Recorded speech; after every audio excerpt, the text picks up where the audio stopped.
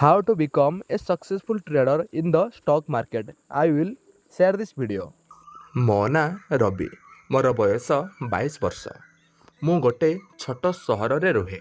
ଆଉ ମୋତେ ଖରାପ କାମ କରିବା ପାଇଁ ମାନେ କୌଣସି ଝିଅକୁ କିମ୍ବା ସ୍ତ୍ରୀ ଲୋକଙ୍କୁ କରିବା ପାଇଁ ବହୁତ ମଜା ଲାଗେ। ଏବେ ମୁଁ ସିଧା ମୋର କାହାଣୀକୁ ଆସୁଛି। ବନ୍ଧୁମାନେ, ଏହି କାହାଣୀଟି ସେଇ ଦିନର ଯେବେ ମୁଁ ଖରା ଛୁଟିରେ ମୋର ଗାଁକୁ ଯାଇଥିଲି। ଆଉ ମୋର ଦାଦା ବି ଆମ ଘରକୁ ଯିବା ଆସିବା କରୁଥିଲେ। ମୁଁ କିଛି ଦିନ ପାଇଁ ଗାଁରେ ରହିଗଲି। ମୋର ଦାଦା 2ଟା ବିବାହ କରିଛନ୍ତି। ସେ ତାଙ୍କର ଦ୍ୱିତୀୟ ସ୍ତ୍ରୀ ସହ ଅର୍ଥାତ୍ ସାନ ଖୁଡ଼ୀଙ୍କ ସହ ଅନ୍ୟ ଏକ ଗାଁରେ ରୁହନ୍ତି। ଆଉ ବଡ଼ ଖୁଡ଼ୀ ଆଉ ଆମ ପୈତୃକ ସେମାନେ ଗାଁରେ ରୁହନ୍ତି। ମୋର ବଡ଼ ଖୁଡ଼ୀ ଦେଖିବା ପାଇଁ ବହୁତ ସୁନ୍ଦରୀ ମହିଳା। ବଡ଼ ବଡ଼ ତାଙ୍କର ସେଇ ଗୋଲ ଗୋଲ ଜିନିଷ, ହୃଷ୍ଟପୃଷ୍ଟ ଶରୀର, ପତଳା ଅଣ୍ଟା ଏବଂ ମନ୍ତ୍ରମୁଗ୍ଧ କରିଦେଲା ଭଳି ତାଙ୍କର ସେଇ ପଛ ମାଂସାଳିଆ ଅଙ୍ଗ। ଦାଦାଙ୍କର 2ଟି ପୁଅ ଅଛନ୍ତି।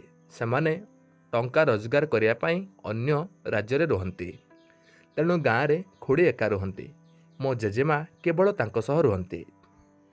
ଗୋଟେ ଦିନ ସକାଳୁ ମୁଁ ଜଲ୍ଦି ଉଠିଲି ଆଉ ପରିସ୍ରା କରିବା ପାଇଁ ଗାଧୁଆ ଘରକୁ ଯିବାକୁ ବାହାରିଲି। ସେହି ସମୟରେ ଭୋର 4ଟା ହୋଇଥିଲା। ଗାଧୁଆ ଘର ଲାଇଟ୍ ଅନ୍ ଥିଲା। ମୁଁ ବିନା କିଛି ଚିନ୍ତା ନ କରି ଭିତରେ ପଶିଗଲି। ଭିତରକୁ ପଶିଯାଇ ଦେଖିଲି ଖୁଡ଼ୀ ପରିସ୍ରା କରୁଛନ୍ତି। ତାଙ୍କର ସେଇ ବଡ଼ ପଛ ମାଂସାଳିଆ ଜିନିଷ ମୋତେ ପୁରା ସଫା ସଫା ଦେଖାଯାଉଥିଲା। ମୁଁ ଅଲାଜୁକିଆ ଭଳି ତାଙ୍କର ସେ ଜିନିଷକୁ ଚାହିଁ ରହିଲି।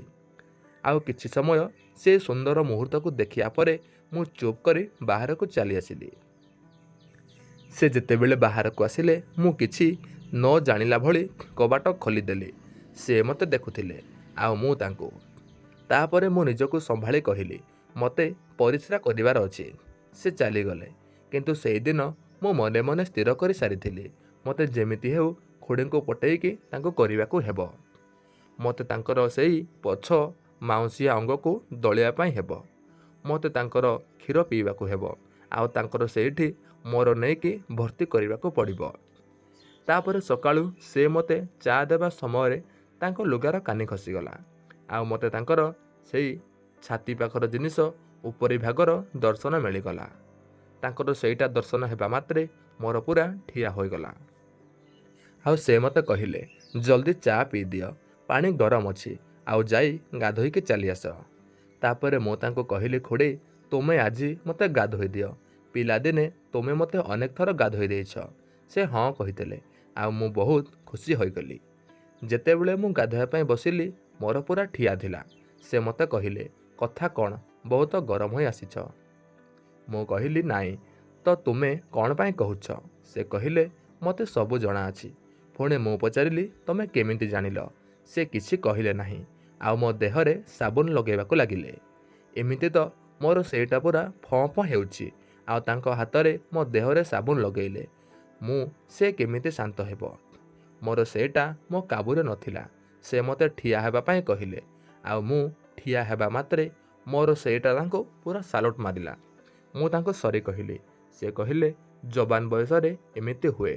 ଆଉ ସେ ମୋ ଗୋଡ଼କୁ ଧୋଉଥିଲେ। ଅଚାନକ ମୋର ସେଇ ଜିନିଷ ଉପରେ ତାଙ୍କର ହାତ ପଡ଼ିଗଲା। ଆଉ ସେ କହିଲେ, ହେ ରାମ, ଏତେ ବଡ଼ ତ ତୁମ ଦାଦାଙ୍କର ବି ନୁହେଁ। ମୁଁ ତାଙ୍କୁ କହିଲି, ତୁମେ ତ ମୋର ଦେଖିନାହଁ, କ'ଣ ମୋର ଦେଖିବ? ସେ ପ୍ରଥମେ ମନା କଲେ। ଆଉ ହଠାତ୍ ତାଙ୍କର କ'ଣ ହେଲା କେଜାଣି ସେ ମୋର କପଡ଼ାକୁ ତଳକୁ କରି ଦେଖିବାକୁ ଲାଗିଲେ। ମୁଁ ତାଙ୍କୁ କହିଲି, ଖୁଡ଼ୀ, ଦୟାକରି ମୋତେ ବି ତୁମର ଦେଖିବାକୁ ଦିଅ। ମୋତେ ତୁମର ସେଇ ପଛ ଭାଗକୁ ରଗଡ଼ିବାର ଅଛି ଆଉ ସେଇ ଗୋଲ ଗୋଲ ଜିନିଷ 2ଟାକୁ ଦଳିବାର ଅଛି। ତାପରେ ସେ କହିଲେ, ଖାଲି ଏତିକି ନା ଆଉ କ'ଣ କ'ଣ କରିବ? ମୁଁ ତାଙ୍କୁ କହିଲି, ତୁମର 2 ଜଙ୍ଘ ମଝିରେ ଯେଉଁ ଛୋଟିଆ ଗୁମ୍ଫା ଅଛି ସେଥିରେ ଜିଭକୁ ପଶାଇ ତାକୁ ଚାଟିବି। ସେ କହିଲେ, ନା। ମୁଁ କହିଲି, ହଁ ଖୁଡ଼ୀ, ଦୟାକରି ମୋତେ ସେମିତି କରିବାକୁ ଦିଅ। ତାପରେ ମୁଁ ତାଙ୍କୁ କହିଲି, ଦାଦା ତ ତୁମ ସହ ରହୁନାହାନ୍ତି। ତୁମକୁ ବି ତ କେହି ଦରକାର ଥିବ। ତୁମେ ଚିନ୍ତା କର ନାହିଁ। ଆଜିଠାରୁ ମୁଁ ତୁମର ସେଇ ସେବା କରିବି। ସେ କହିଲେ, ଠିକ୍ ଅଛି, କିନ୍ତୁ ଏବେ ନୁହେଁ, ରାତିରେ। ତାପରେ ମୁଁ ବହୁତ ଅଧୀର ହୋଇ ରାତି ହେବାକୁ ଅପେକ୍ଷା କରି ରହିଲି। 2 ପହରେ ଖାଇସାରିବା ପରେ ଜେଜେମା ଶୋଇଗଲେ। ଆଉ ଠିକ୍ ମୌକା ଦେଖି ମୁଁ ତାଙ୍କର ସେଇ ପଛ ମାଉଁସିଆ ଜିନିଷକୁ ପଛପଟୁ ଧରି ମୋର ନେଇକି ତାଙ୍କ ପାଖକୁ ନେଇ ମସ୍ତ କରିକି ରଗଡ଼ିଲି। ଆଉ ତାପରେ ତାଙ୍କର ଉପରବାଲା କପଡ଼ାକୁ ଖୋଲି ଏପଟ ସେପଟ କରି ତାଙ୍କର ସେଇ ଦୁଇଟା ଜିନିଷକୁ ଦଳିଲି ଆଉ ପାଟିରେ ଭର୍ତ୍ତି କରିକି ପିଇଲି। ମୋତେ ବହୁତ ମଜା ଆସୁଥିଲା। କିନ୍ତୁ ଏହା ବ୍ୟତୀତ ଆଗକୁ ଆମେ ଆଉ କିଛି କରିଲୁ ନାହିଁ। ପୁରା ମଜା ତ ରାତିକୁ ଆସିବାର ଥିଲା। ତାପରେ ଧୀରେ ଧୀରେ ସନ୍ଧ୍ୟା ହୋଇଗଲା। ଆଉ କିଛି ସମୟ ପରେ ମାଇଁ ବାହାରକୁ ବୁଲିବା ପାଇଁ ଚାଲିଗଲି, ମାନେ ମୁଁ। ଆଉ ଫେରିଲା ବେଳକୁ ଦେଖିଲି ସେହି ସମୟରେ ଲାଇଟ୍ ନଥିଲା। ଖୁଡ଼ି ଲଣ୍ଠନ ଜାଳି ରୋଷେଇ ଘରେ ଖାଇବା ବନାଉଥିଲେ। ଜେଜେମା ତା'ର ଖଟିଆ ଉପରେ ଶୋଇଥିଲା। ମୋ ପାଦକୁ ଚାପି ଚାପି ତାଙ୍କ ପଛପଟେ ଯାଇ ତାଙ୍କର ଅଣ୍ଟା ଉପରେ ମୋ ହାତକୁ ରଖିଦେଲି। ସେ ପୁରା ଡରିଗଲେ ଆଉ ପଛକୁ ଚାହିଁ ଦେଖିଲେ। ତାପରେ ସେ ମୋତେ ଦେଖିବା ମାତ୍ରେ ବହୁତ ଖୁସି ହୋଇଗଲେ। ସେ କହିଲେ, ଯେତେ ଦୁଷ୍ଟାମି କରିବା କଥା ରାତିରେ କରିବ, ଏବେ ନୁହେଁ। ମୁଁ କହିଲି, ଦୟାକରି ଟିକେ, କବାଟ ବନ୍ଦ ଅଛି ଆଉ ଜେଜେମା ଶୋଇଛି। ମୋତେ ତୁମର ସେଇ ପଛ ମାଉଁସିଆ ଜିନିଷକୁ ଦଳିବାର ଅଛି। ତୁମର ସେଇଟା ବହୁତ ମସ୍ତ ହୋଇଛି। ସେ କହିଲେ ନା, କିନ୍ତୁ ମୁଁ ତାଙ୍କ କଥା ଶୁଣିଲି ନାହିଁ। ମୋର ବାହାର କରିକି ତାଙ୍କର ସେଇ କଣାରେ ଦବିବାକୁ ଲାଗିଲେ। ଆଉ ଖୁଡ଼ି ଏହାର ମଜା ଉଠାଇବାକୁ ଲାଗିଲେ। ମୁଁ କହିଲି, ଖୁଡ଼ି, ମୁଁ ତୁମକୁ ବହୁତ ଭଲ ପାଏ। ମୋତେ ଏବେ ତୁମର ସେଇ ତିନିକଣିଆ ଜିନିଷକୁ ଚାଟିବାର ଅଛି। ସେ କହିଲେ ନା, କିନ୍ତୁ ମୁଁ ରାଜି ହେଲି ନାହିଁ। ମୁଁ ତାଙ୍କର କପଡ଼ା ଭିତରେ ପଶିଗଲି ଆଉ ତାଙ୍କର ସେଇ କପଡ଼ାକୁ ଶୁଙ୍ଘିବାକୁ ଲାଗିଲି। ବହୁତ ସୁନ୍ଦର ବାସ୍ନା ଆସୁଥିଲା। ଆଉ ମୁଁ ତାଙ୍କର ସେଇ ତିନିକଣିଆ ଜିନିଷକୁ କପଡ଼ା ଉପରୁ ଚାଟିବାକୁ ଲାଗିଲି। ସେ ପୁରା ଉତ୍ତେଜିତ ହୋଇ ତାଙ୍କର ଜଙ୍ଘକୁ ମୋ ମୁଣ୍ଡରେ ଚାପିବାକୁ ଲାଗିଲେ ଆଉ ଧୀରେ ଧୀରେ ଚିତ୍କାର କରିବାକୁ ଲାଗିଲେ। ଆଉ ମୁଁ ତାଙ୍କର କପଡ଼ାକୁ ଟିକେ ସାଇଡ଼୍ କରିଲି। ତାଙ୍କର ଦୁଇ ଜଙ୍ଘ ମୋ ମୁହଁ ପର୍ଯ୍ୟନ୍ତ ପହଞ୍ଚିଗଲା। ତାପରେ ମୁଁ ଆରାମରେ ତାଙ୍କର ସେଇ ଚୁଟିକୁ ସାଇଡ଼୍ କରି ତାଙ୍କର ସୁନ୍ଦର ସେଇ ତିନିକଣିଆ ଭାଗକୁ ଚାଟିବାକୁ ଲାଗିଲି। ସେ ଖାଲି ଚିଲେଇ ଉଠୁଥାନ୍ତି ଆଉ ମୁଁ ତାଙ୍କର ଚାଟି ଚାଲିଥାଏ। ସେ ମୋତେ କହିଲେ, ରବି, ଦୟାକରି ବାହାରକୁ ଆସ, ମୁଁ ମରିଯିବି।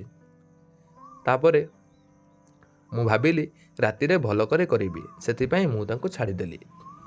ତାପରେ ଖୁଡ଼ି ଖାଇବା ତିଆରି କରିସାରିବା ପରେ 3 ଜଣ ବସି ଆମେ ଏକା ସାଙ୍ଗରେ ଖାଇଲୁ। ତାପରେ ଖୁଡ଼ି ଶୋଇବା ପାଇଁ ବିଛଣା ପାରିଲେ। ଆଜି ଜେଜେମାର ଖଟିଆ ଟିକେ ଦୂରରେ ରଖିଲେ ଆଉ ସେ ମୋ ବିଛଣା ପାଖରେ ତାଙ୍କ ବିଛଣା ପାରିଦେଲେ। 1 ଘଣ୍ଟା ପରେ ଆମର ମସ୍ତ ଆରମ୍ଭ ହୋଇଗଲା। ତାପରେ ମୁଁ ଖୁଡ଼ିଙ୍କୁ କହିଲି, ଜେଜେମା ରାତିରେ ଉଠି ପଡ଼ିବ ନାହିଁ ତ? ଖୁଡ଼ି ମୋତେ କହିଲେ, ତୁମେ ଚିନ୍ତା କର ନାହିଁ ମୋ ରାଜା, ମୁଁ ଔଷଧ ସାଥିରେ ନିଦ ବଟିକା ଦେଇଦେଇଛି। ମୁଁ ଚିନ୍ତାମୁକ୍ତ ହୋଇ ଖୁଡ଼ିଙ୍କ ବିଛଣାକୁ ଚାଲିଗଲି। ମୁଁ କହିଲି, ମୋ ଜାନୁ, ବହୁତ ଦିନ ହେଲା ଏଭଳି କାମ କରିବା ପାଇଁ ମୁଁ ବିକଳ ହେଉଥିଲି। ଆଜି ମୋତେ ତୁମେ ପୁରା ଶାନ୍ତି କରିଦିଅ। ତାପରେ ଖୁଡ଼ି କହିଲେ, ହଁ, ମୁଁ ତ ଅନେକ ବର୍ଷ ହେଲା ଟିକେ ସୁଖ ପାଇଁ ଡହଳ ବିକଳ ହେଉଥିଲି। ତୁମ ଦାଦା ଯେବେଠାରୁ ଦ୍ୱିତୀୟ ବିବାହ କରିଲେ ସେବେଠାରୁ ମୋ ଭିତରେ କିଛି ବି ପଶିନାହିଁ। ମୁଁ କହିଲି, ହଁ, ମୋତେ ତୁମର ସେଟାକୁ ଚାଟି ଓ ତୁମର ସେଇ ଗୋଲ ଗୋଲ ଜିନିଷକୁ ଖାଇ ଖାଇ ମସ୍ତ ମଜା ଆସିଲା। ଖୁଡ଼ି କହିଲେ, ମୋ ରାଜା, ଡେରି ନ କରି ତୁମର ସେଇଟାକୁ ତୁମ ରାଣୀର ଭିତରେ ପୂରେଇ ଦିଅ ଆଉ ନିଜ ଖୁଡ଼ିକୁ ବନେଇ ଦିଅ ତୁମର ସ୍ତ୍ରୀ। କରିନିଅ ଆଜି ମଜା ତୁମ ଖୁଡ଼ିଙ୍କ ସହ। ଜୋର ଜୋର ମୋତେ କରି ଆଜିଠାରୁ ତୁମର ଏଇ ଖୁଡ଼ିର ଜିନିଷ ତୁମର ସେଇ ଜିନିଷର ଗୋଲାମ। ତୁମର ସେଇଟା କେବଳ ମୋ ଭିତରେ ହିଁ ପଶିବ। ମୁଁ କହିଲି, ହଁ ଖୁଡ଼ି, ମୋର ସେଇଟା ତୁମର, ତୁମେ ଚୁଚୁମି ଦିଅ ଟିକେ। ଖୁଡ଼ି କହିଲେ, ହଁ, ମୋର ରାଜା, ୟାର ମଜା ମୋତେ ବି ନେବାକୁ ଦିଅ। ଖୁଡ଼ିଙ୍କର ଏ କଥା ଶୁଣି ମୋର ସେଇଟା ଆହୁରି ଠିଆ ହୋଇଗଲା। ମୁଁ ମୋର ସେଟାକୁ ବାହାର କରି ତାଙ୍କ ହାତରେ ଦେଇଦେଲି।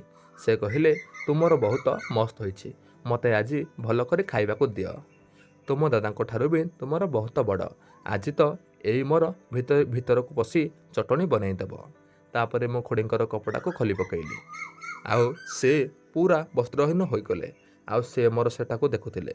ତାପରେ ସେ ମୋତେ କହିଲେ, ମୋ ରାଜା, ମୋତେ ଆଉ ତଡ଼ପାଅ ନାହିଁ, ଦେଇଦିଅ ମୋତେ ମୋର ଲଲିପପ୍। ମୁଁ ବି ତାଙ୍କୁ ଆଉ ବେଶୀ ପ୍ରତିକ୍ରିୟା ନ କରେଇ ମୋର ନେଇକି ତାଙ୍କ ମୁହଁରେ ପୂରେଇ ଦେଲି ଆଉ ସେ ମୋର ସେଟାକୁ ଖାଇବାକୁ ଲାଗିଲେ। ମୋତେ ବହୁତ ମଜା ଆସୁଛି। ମୁଁ, ହଁ ଖୁଡ଼ି, ଆହୁରି ଖାଅ ମୋର ସେଟାକୁ। ତାପରେ ଖୁଡ଼ି କହିଲେ, ମୋ ରାଜା, ଏବେ ମୋତେ ଆଉ ତଡ଼ପାଅ ନାହିଁ, ପୂରେଇ ଦିଅ ତୁମର ସେଇଟାକୁ ମୋ ଭିତରେ। ତାପରେ ମୁଁ ତାଙ୍କୁ କହିଲି, ଖୁଡ଼ି, ଆମେ ଅଣସ୍ତରୀ ଯୋଗାସନରେ କରିବା, ଆହୁରି ମଜା ଆସିବ। ତାପରେ ସେ ମୋର ଖାଇଲେ ଆଉ ମୁଁ ତାଙ୍କର ଦୁଇ ଜଙ୍ଘ ମଝିରେ ମୋ ଜିଭକୁ ବୁଲେଇବାକୁ ଲାଗିଲି। ମୁଁ ତାଙ୍କର ସେଇ ଜିନିଷର ଗୋଲାପୀ ପାଖୁଡ଼ାକୁ ମେଲେଇ ସେଥିରେ ଜିଭ ପୂରେଇ ଆଗପଛ କରିବାକୁ ଲାଗିଲି। ସେ ଆକାଶରେ ଉଡ଼ୁଥିଲେ ଆଉ ମୁଁ ତାଙ୍କର ସେଟାକୁ ଜୋର ଜୋର ଖାଉଥିଲି ଆଉ ସେ ଖାଲି ଚିତ୍କାର କରୁଥାନ୍ତି। ଖୁଡ଼ି କହିଲେ, ସେତିକି ମୋ ରାଜା, ମରିଯିବି, ଏବେ ମୋର ସେଟାକୁ ମୋ ଭିତରେ ପୁରାଅ। ମୁଁ ତାଙ୍କୁ ଆଉ ବେଶୀ ନଟଲପେଇ ତାଙ୍କୁ ସିଧା କରିଲି ଆଉ ତାଙ୍କ ଭିତରେ ମୋର ନେଇକି ସେଟ୍ କରିଲି ଆଉ ମୋର ନେଇ ତାଙ୍କ ଭିତରେ ରଖି ଜୋରଦାର ଗୋଟେ ଧକ୍କା ମାରିଲି। ତାଙ୍କ ପାଟିରୁ ବହୁତ ଜୋରରେ ଚିତ୍କାର ବାହାରି ଆସିଲା, କିନ୍ତୁ ମୁଁ ତାଙ୍କ କଥା ନ ଶୁଣି ଜୋର ଜୋର ଧକ୍କା ମାରିଲି। ଆଉ କିଛି ସମୟ ପରେ ସବୁକିଛି ଠିକ୍ ହୋଇଗଲା। ଆଉ ଏବେ ମୋର ସେଇଟା ତାଙ୍କ ଭିତରେ ସହଜରେ ଯିବା ଆସିବା କରିବାକୁ ଲାଗିଲା। ସେ ତାଙ୍କର ପଛ ଭାଗକୁ ଟେକି ଟେକି ମୋର ସାଥ ଦେଉଥିଲେ। ତାପରେ ମୁଁ ତାଙ୍କୁ କୁକୁର ଭଳିଆ ହୋଇ ନଈ ରହିବାକୁ କହିଲି ଆଉ ସେମିତି ହିଁ ତାଙ୍କ ଭିତରେ ଭର୍ତ୍ତି କଲି। ଆଉ ଏଭଳି କରିବାରେ ମୋତେ ବହୁତ ମଜା ଆସୁଥିଲା। ତାପରେ ମୋର ପାଣି ବାହାରିବାର ଥିଲା, ତେଣୁ ମୁଁ ତାଙ୍କୁ ପଚାରିଲି, ଖୁଡ଼ି କେଉଁଠି ଛାଡ଼ିବି? ସେ ମୋତେ କହିଲେ, ମୋ ରାଜା, ତୁ ମୋ ପାଣି ମୋ ଭିତରେ ଢାଳି ମୋ ବର୍ଷ ବର୍ଷର ଭୋକକୁ ମେଣ୍ଟାଇ ଦିଅ। ତାପରେ ମୁଁ ତାଙ୍କୁ ଜୋର ଜୋର କରିବାକୁ ଲାଗିଲି। ଆଉ ଖୁଡ଼ି ଚିତ୍କାର କରି ଉଠି କହିଲେ ଆହୁରି ଜୋରରେ, ଆଜି ବହୁତ ମଜା ଆସିଗଲା।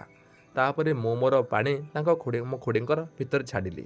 ତାପରେ ଆମେ କିଛି ସମୟ ପାଇଁ ଆରାମ କରିବାକୁ ଲାଗିଲୁ। ତାପରେ 30 ମିନିଟ୍ ପରେ ମୋର ପୁଣି ଥରେ ଠିଆ ହୋଇଗଲା। ଆଉ ଖୁଡ଼ି ମୋର ଦେଖି କହିଲେ, ସତରେ ଏଇଟା ବହୁତ ଶୈତାନ ଅଛି, ପୁଣି ଉଠିକି ଠିଆ ହେଲାଣି।